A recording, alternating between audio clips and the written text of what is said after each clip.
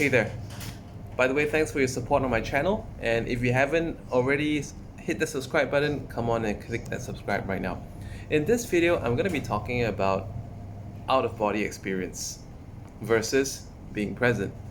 So a lot of people have probably heard of this word out-of-body experience, and maybe you're actually looking to hear more about this term. And that's why you found your way to this video right here. And thank you for that. So the most common out-of-body experience that a lot of people hear about is probably one when it's you in your bedroom, and at the same time, you can see yourself from outside of your body in your bedroom. This is the most common out-of-body experience that many people have heard about or even experienced themselves.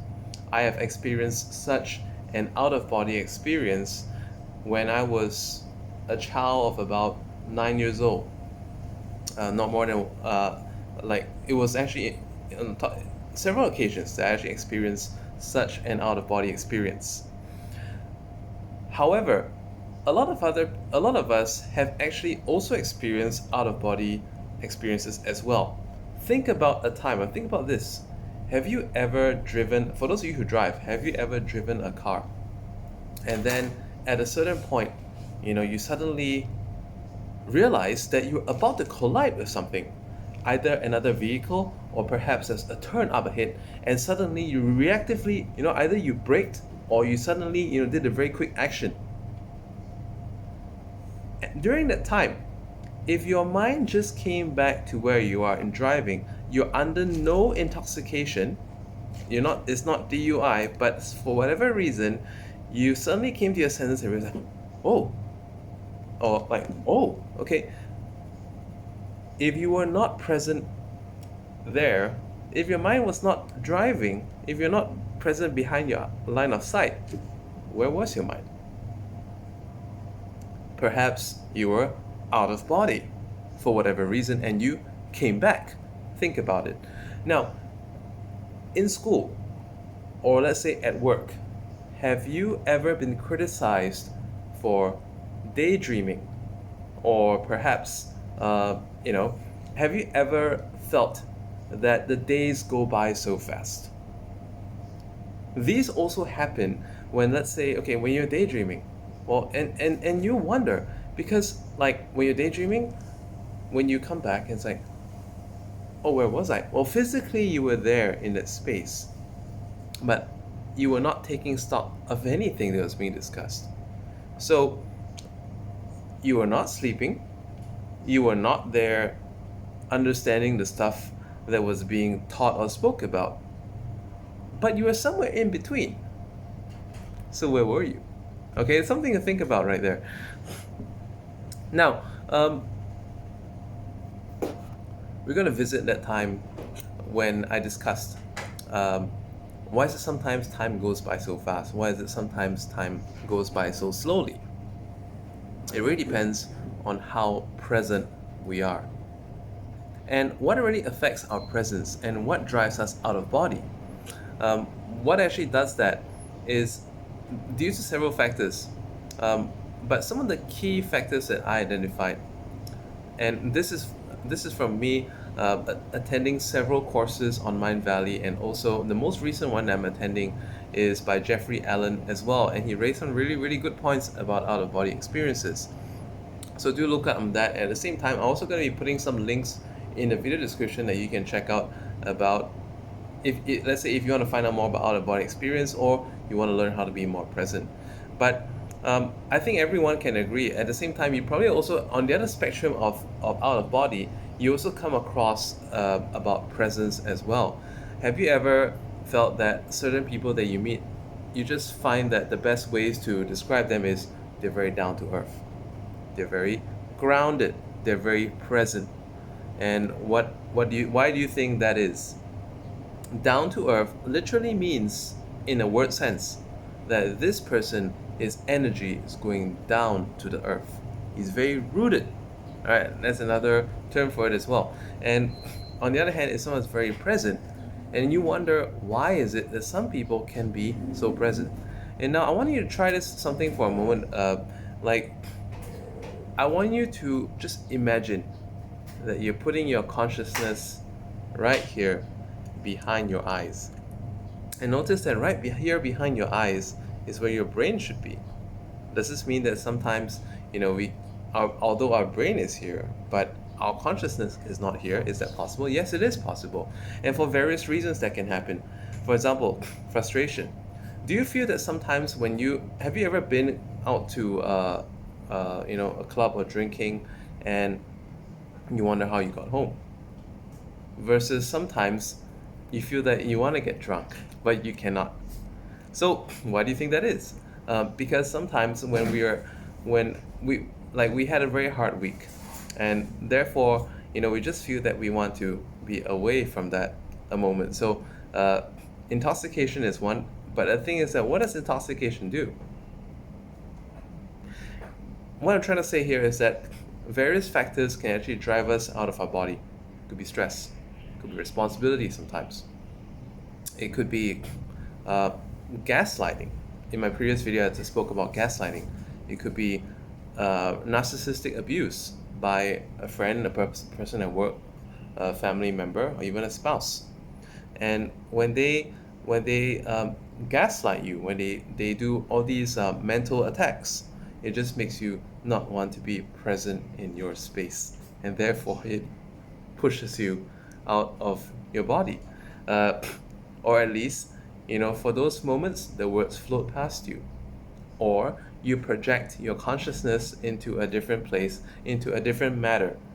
And in either case, these are ways of shifting your consciousness. Okay, so let's come back to about being present, grounded, rooted, down to earth. Okay, so the earth has a very powerful healing energy,